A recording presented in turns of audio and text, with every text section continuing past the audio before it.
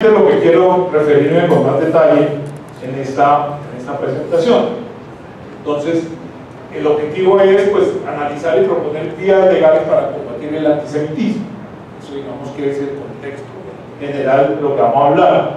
Pero nos encontramos con un problema, y es que es difícil definir antisemitismo. Es difícil llegar a una definición aceptada por todo el mundo sobre qué es el antisemitismo. Marcos decía, antisemitismo es odio a los judíos. Ese es un buen punto de partida, pero no es una forma de definir el antisemitismo. Hay una solución en este momento. No sé si aquí en este evento ya hablaron de la definición del IRA. El IRA es la sigla de una organización que se llama International Holocaust Remembrance Association. Es una organización que está creada para la recordación del Holocausto, la cual ya forman parte varios países. Colombia todavía no es parte, pero estamos haciendo todo lo posible para que cada sea parte del IRA. ¿Cuál es la definición del IRA de antisemitismo? Es una definición de trabajo, working definition, una definición de trabajo que está en los siguientes términos. Dice: el antisemitismo es una determinada percepción de los judíos que puede expresarse como odio hacia los judíos. La manifestación retórica y física del antisemitismo está dirigida hacia individuos judíos o no judíos, y o sus bienes, hacia instituciones de la comunidad judía e instalaciones religiosas. Digamos que ese es el marco general de la definición.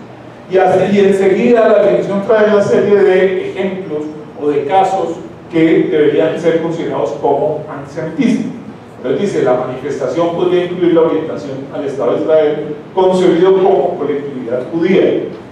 Sin embargo, la crítica a Israel, similar a la dirigida contra cualquier otro país, no puede ser considerada antisemita. Acusar a los judíos como pueblo o a Israel como Estado, inventar o exagerar el Holocausto. Acusar a los ciudadanos judíos de ser más leales a Israel o a las supuestas prioridades de los judíos en todo el mundo que a los intereses de sus propios países. Negar al pueblo judío su derecho a la libre determinación, por ejemplo afirmando que la existencia del Estado de Israel es un proyecto racista. El uso de los símbolos e imágenes asociados con el antisemitismo clásico, por ejemplo las afirmaciones de que los judíos mataron a Jesús o el libelo de sangre para caracterizar a Israel o a los israelíes. Las comparaciones de la política israelí contemporánea a la de los nazis. Todas estas manifestaciones, de acuerdo con la definición del IRA, deben ser consideradas manifestaciones antisemitas. Sin embargo, pues aquí nos encontramos con algunos problemas.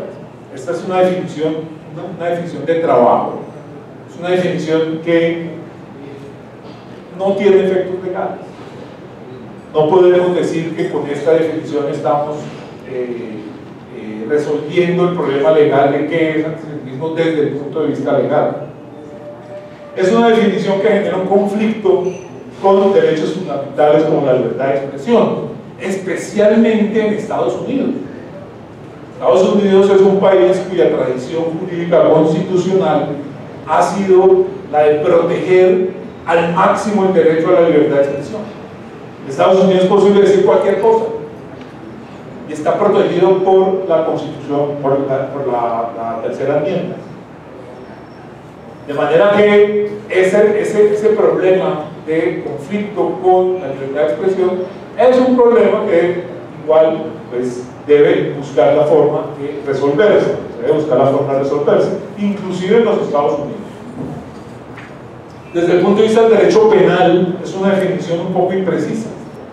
Nosotros no podemos definir de esta manera un delito de antisemitismo. ¿Por qué? Porque los delitos deben definirse de una forma mucho más precisa. Las conductas deben estar muy bien tipificadas, muy bien explicadas. Todos los elementos de un tipo penal deben estar muy bien estructurados. La definición del IRA no permite eso. Pero lo que sí rescatamos de la definición del IRA para los efectos que estamos buscando es el núcleo de la definición que está en la palabra odio.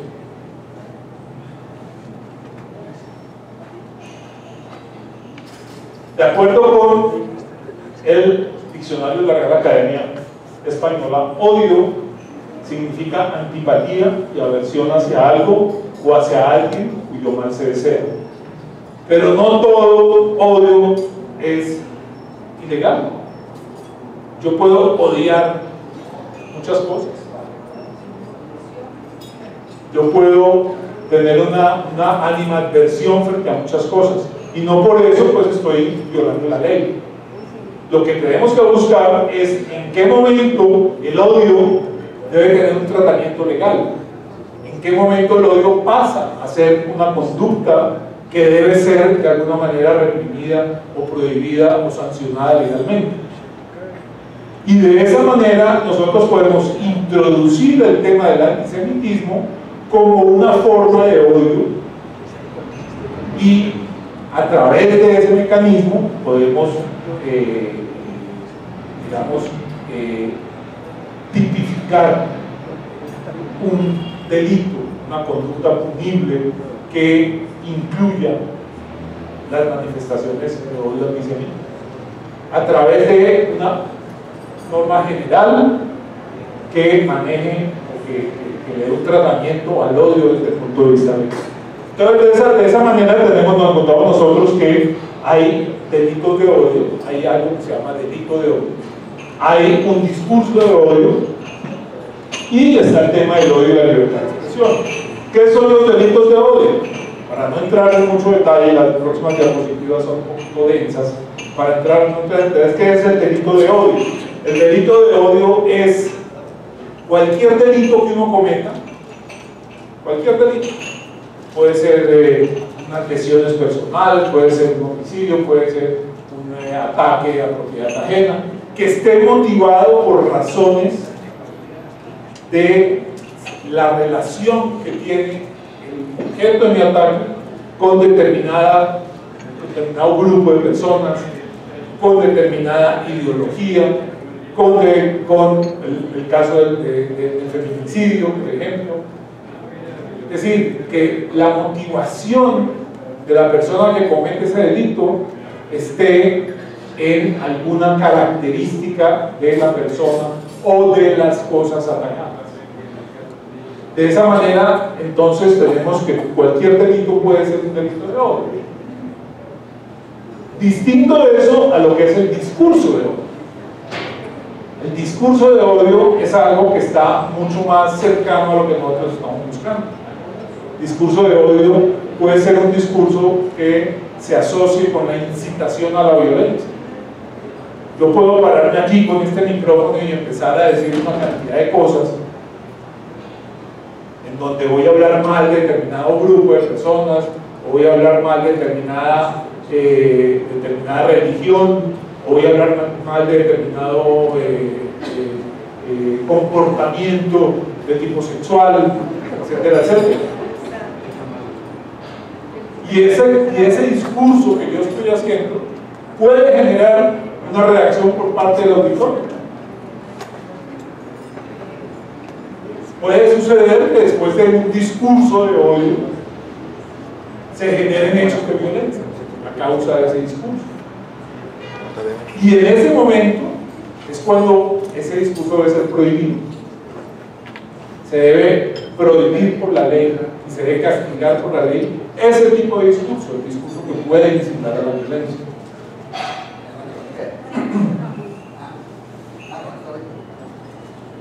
Entonces tenemos que tiene sentido que el discurso de odio abarca todas las formas de expresión que propaguen, inciten, promuevan o justifiquen el odio racial, la xenofobia, el antisemitismo u otras formas de odio, incluida la expresada a través del nacionalismo y el etnocentrismo y la hostilidad contra las minorías y los inmigrantes.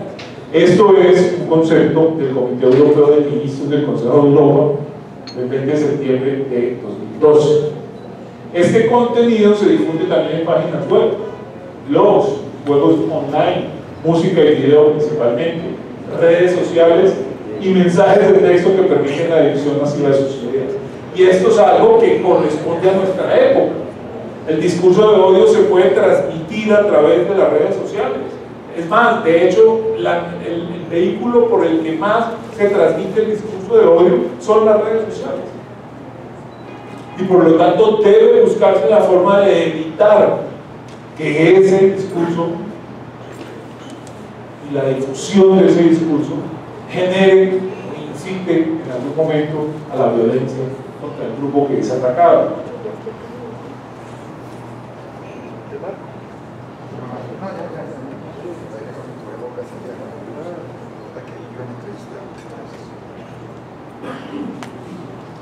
Hay algunas legislaciones del mundo en donde existe ya eso que llamamos nosotros una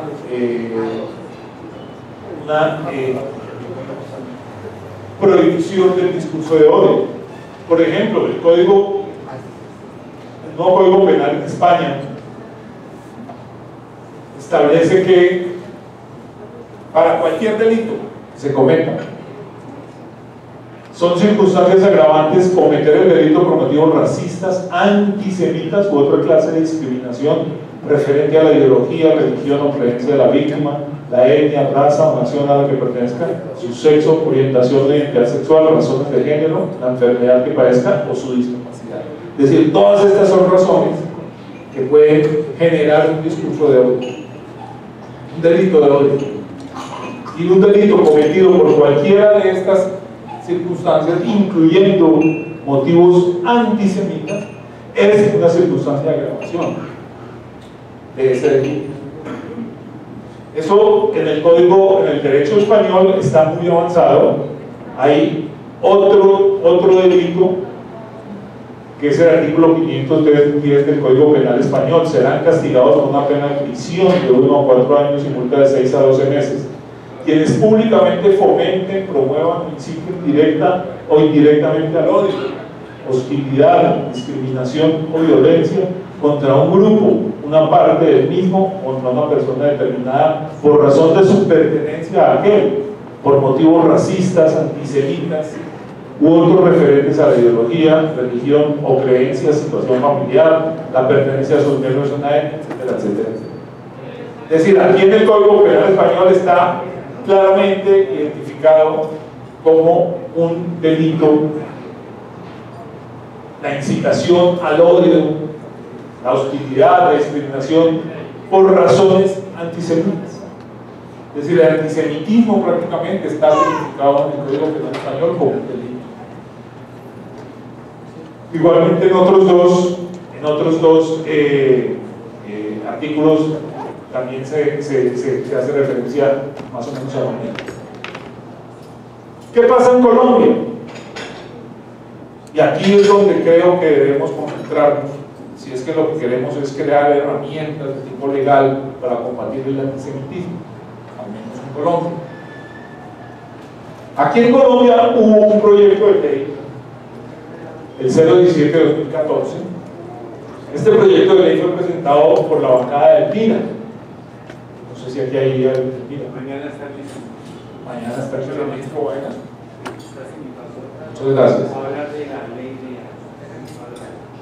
El MIRA presentó este proyecto de ley en el año 2014.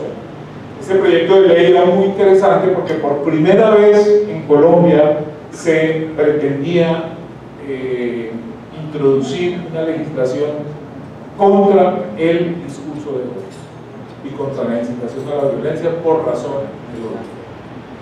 Y ese proyecto decía más o menos lo que nosotros quisiéramos que eso se convirtiera en ley. Dice: penalización de la apología al odio. Se adiciona el artículo 134 de la ley 599, que este es el Código Penal, bajo el título de delitos contra la vida y la integridad personal, así: apología del odio. El que secreta o públicamente o mediante el uso de medios electrónicos o físicos aptos para la difusión pública incite al odio o a cualquier forma de violencia física o moral contra una persona, grupo o comunidad por razón de nacimiento, origen racial o étnico, sexo, religión, ideología, opinión política, edad, discapacidad, orientación o identidad sexual, enfermedad o cualquier otra condición o circunstancia personal o social, incurrirán pena de 12 meses, de 12 a 24 meses de prisión. Y multa, La pena será de 18 a 36 meses cuando la conducta se cometiera en contra de una persona que ostente la calidad de líder, ideólogo o representante legal de persona jurídica que asocie, afilie, reúna o congregue a personas naturales con identidad entre sí, por razón de nacimiento, origen racial o étnico, sexo, religión, ideología, opinión pública, edad, discapacidad, orientación o identidad sexual, enfermedad o cualquier otra condición o circunstancia personal o social. Fíjense cómo aquí estamos cubiertos todos contra la incitación al odio, por cualquiera de esas razones. Y estamos en una sociedad en Colombia donde realmente la incitación a la violencia por este tipo de razones se da a diario. ¿Qué podemos decir nosotros pues, de la violencia que genera la discusión política en este país? ¿Qué podemos decir del asesinato de líderes sociales que hemos visto últimamente y que están motivados única y exclusivamente por este tipo de motivación, por el odio? Sin hablar de discriminación racial o de motivaciones de tipo racial, que eso ya ha llegado a los tribunales. Es decir, delitos cometidos contra la población afrodescendiente por su condición, por su calidad de afrodescendiente. Eso dentro del marco de la ley de antidiscriminación, que es otra cosa, pero que está muy ligado, porque son conductas que se motivan por esa circunstancia de que es un afrodescendiente, de que es un fiel de una iglesia que queda cerca de mi casa y me molesta que ellos se reúnan todos los domingos y tapan el parqueadero, por ejemplo. Entonces esto es importante y en esto está incluido el antisemitismo. El antisemitismo es una forma, ya sea o de religión o de pertenencia o ligado a una nacionalidad o ligado a una ideología, en el caso del sionismo. Es decir, aquí estamos cubiertos todos con una ley que sancione el odio como estaba propuesto en este proyecto presentado por el MIRA. Artículo 3º, difusión de comunicaciones basadas en el odio. Adiciones el artículo tal del Código Penal así: difusión de informaciones injuriosas o calumniosas. El que con conocimiento de la falsedad de contabilidad difunde informaciones injuriosas o calumniosas sobre individuos, grupos o comunidades en relación con su nacimiento, origen social o étnico, sexo, religión, ideología, opinión política, edad, discapacidad, orientación o identidad sexual, todo esto se repite, incurrirá en prisión de tal y multa. Es decir, la conducta aquí es el que con conocimiento de la falsedad o de la temeridad difunde informaciones injuriosas o calumniosas. Otra forma de discurso de odio. Bueno, estos son detalles de ese proyecto de ley que son interesantes, pues una oficina de un registro de todos los eventos de odio que se puedan encontrar, que se puedan denunciar, etcétera, etcétera. Y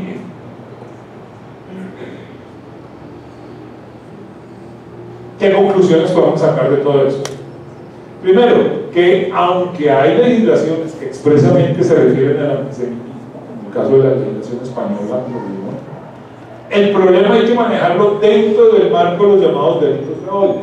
Es decir, la forma de combatir el antisemitismo sin entrar a particularizar un delito de antisemitismo como tal es manejarlo dentro de esa categoría general que cubre el caso del antisemitismo que llamamos discurso de odio o delitos de odio. Eso es uno de los temas concretos que uno podría pensar que se puede actuar para luchar contra el antisemitismo. Sin embargo, el derecho penal debe ser el final del camino y no el comienzo. Eso es cierto. Es decir, nosotros no tenemos que empezar pues con el garrote y olvidarnos que tenemos otros medios. Hay que educar, hay que influir en las políticas educativas del país, en el Ministerio de Educación, las Secretarías de Educación.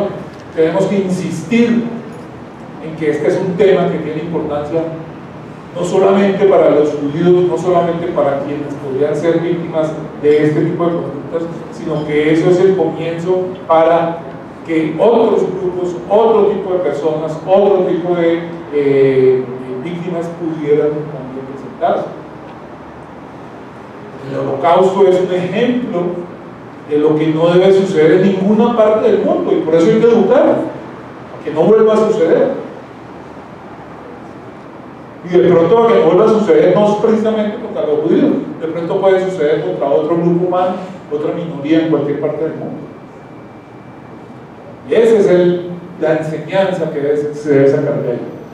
Las redes sociales son efectivamente un problema serio, un problema grave, un problema que hay que trabajar muchísimo para poder atacar. Las redes sociales son el vehículo donde más discursos de odio y discursos antisemitas puede encontrar uno con mucha facilidad y que se difunden con una facilidad increíble. Entonces ahí es donde hay que trabajar también muy fuertemente. Y por último, pues tanto en este tipo de legislación sobre el discurso de odio como en el tema de la ley antidiscriminación, los casos de discriminación también por la misma razón, pues es necesario también trabajar en la capacitación de los jueces y de los fiscales encargados de manejar este tipo de investigaciones, porque es que a un fiscal le queda muy difícil agarrar una denuncia por antisemitismo y entonces va a empezar a decir, pero ¿y es cómo es? ¿Qué es antisemitismo? ¿Eso dónde está tipificado? ¿Eso dónde se encuentra? Es necesario hacer una labor de difusión y de capacitación para los operadores judiciales que tienen que ver con estos temas directamente y que a veces no tienen los elementos para manejarlos adecuadamente. Entonces, eso es básicamente pues el contenido de una propuesta de combate contra el antisemitismo desde una perspectiva legal. Muchas gracias.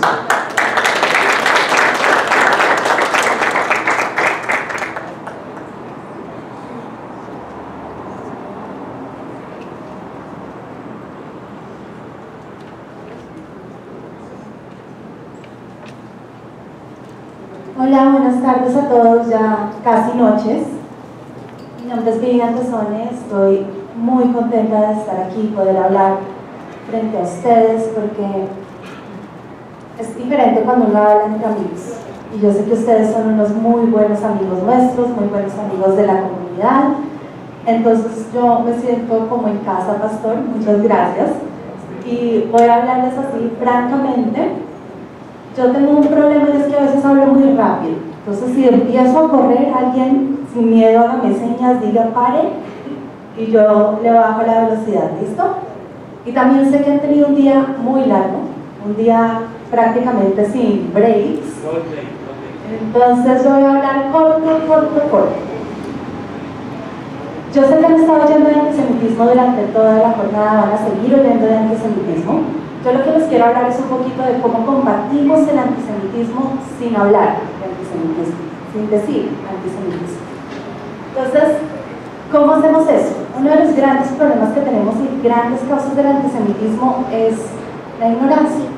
Entonces, el paso número 1, ya estaba hablando un poquito Jaime al respecto, es la parte de educación. Educar a todos, pero no solamente sobre qué es antisemitismo y no solamente en marcos formales. Educar es hablar con la gente, conversar, es que sepan qué es un judío, que conozcan a un judío. Eso les quita todos esos imaginarios que tienen en la mente. Mi abuelo llegó a Colombia muy chiquito, tenía 5 años, pero él se recuerda de pasos que hizo desde que desembarcaron en el puerto de Buenaventura hasta que eventualmente se ubicaron en Popayán. Y él me decía que por los pueblos la gente les preguntaba: ¿ustedes dónde vienen? ¿Quiénes son? Ellos decían: somos judíos. Y les decían: pero ¿por qué no tienen cuernos y cola? Porque lo único que habían oído era que los judíos tenían cuernos y cola. Y sin saberlo, mi abuelo a sus 5 años estaba combatiendo el antisemitismo, estaba andando por los pueblos, mostrándole a toda la gente que jamás había visto un judío qué es un judío, cómo son personas parecidas, cómo tenemos tantas cosas en común, cómo podemos hablar de tú a tú. Esa es una forma de combatir el antisemitismo.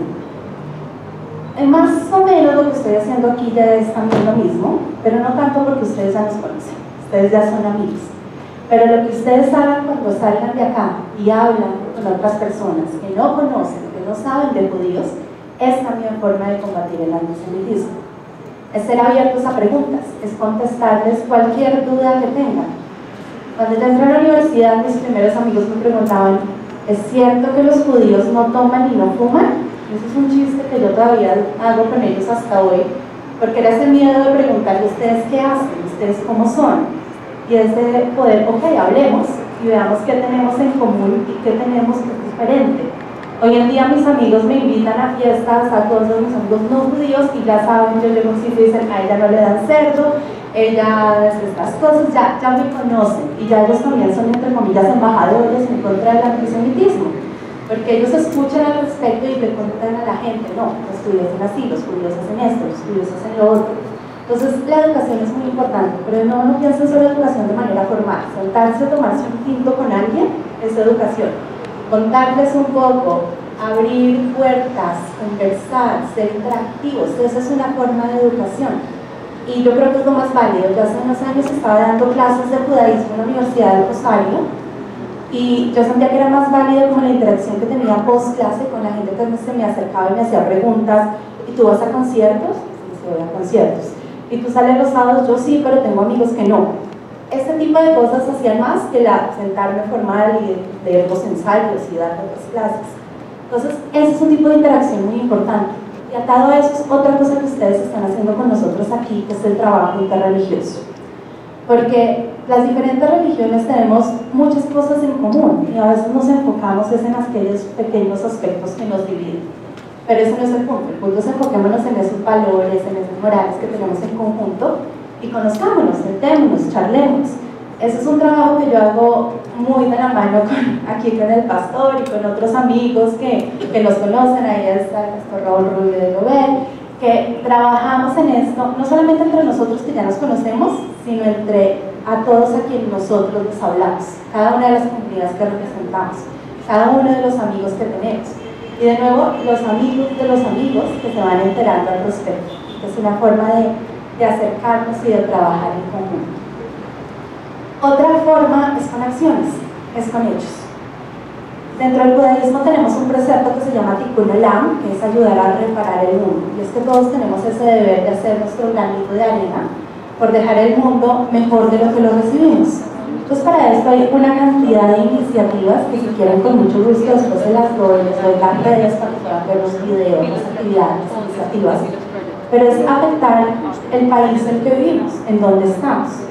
Entonces puede ser desde algo tan sencillo como hacer una jornada en un comedor popular y ayudar a la gente a darles la comida, a servirles, o hasta campañas mucho más grandes que sean donaciones de equipos médicos durante la época de COVID.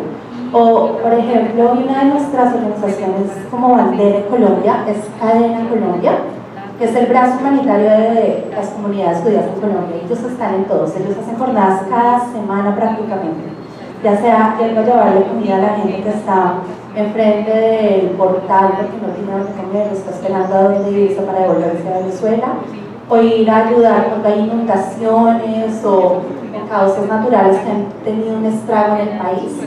Tienen una marca muy visible de la ayuda que hacen y esas acciones llegan a la gente de nuevo, que como aquellos que vieron a mi abuelo pasear por los pueblitos llegando a Popayán nunca han visto, no saben, no conocen qué es un judío y tienen ese tipo de dudas y preguntas.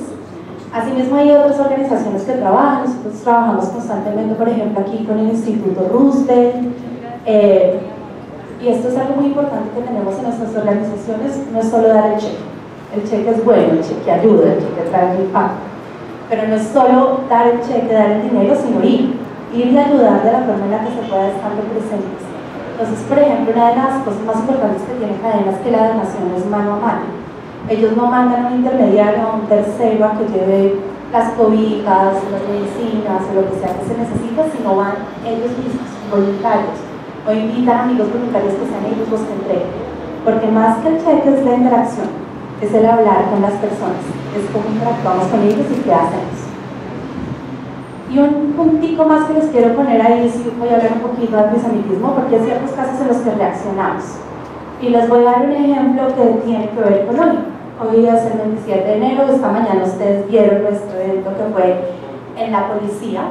¿Y cómo llegó ese evento a la policía? Me imagino que saben que en noviembre hubo una ocasión desafortunada en la escuela Simón Bolívar de Tuluá, donde por ignorancia hicieron un Día Internacional de Alemania y utilizaron simbología nazi. Ahí tenemos la acción de reacción. Esa fue la acción, nosotros lo vimos y hubo una reacción inmediata de la Confederación de Comunidades Judías de Colombia, de la Embajada de Israel en Colombia, de la Embajada de Alemania en Colombia y de la policía, que al darse cuenta de lo que había pasado inmediatamente se atendieron, dieron disculpas, dieron un video, hablaron al respecto.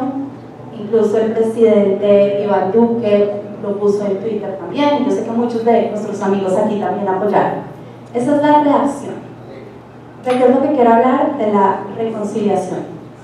Porque hubo un momento en el que un acto desafortunado se cometió un error, pero después del error vienen las disculpas y ahora viene la reparación. Parte de la reparación es el acto que hicimos hoy en la policía. Estar allá tiene un impacto mucho más grande de lo que pudo haber sido esa acción que tuvieron estos policías en noviembre.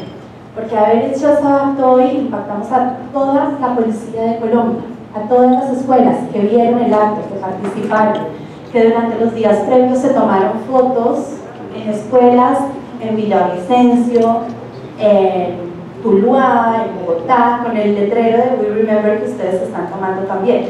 Entonces, de ese pequeño error tenemos hoy un impacto positivo, y un impacto positivo que va a continuar porque vamos a seguir trabajando con las escuelas de la policía.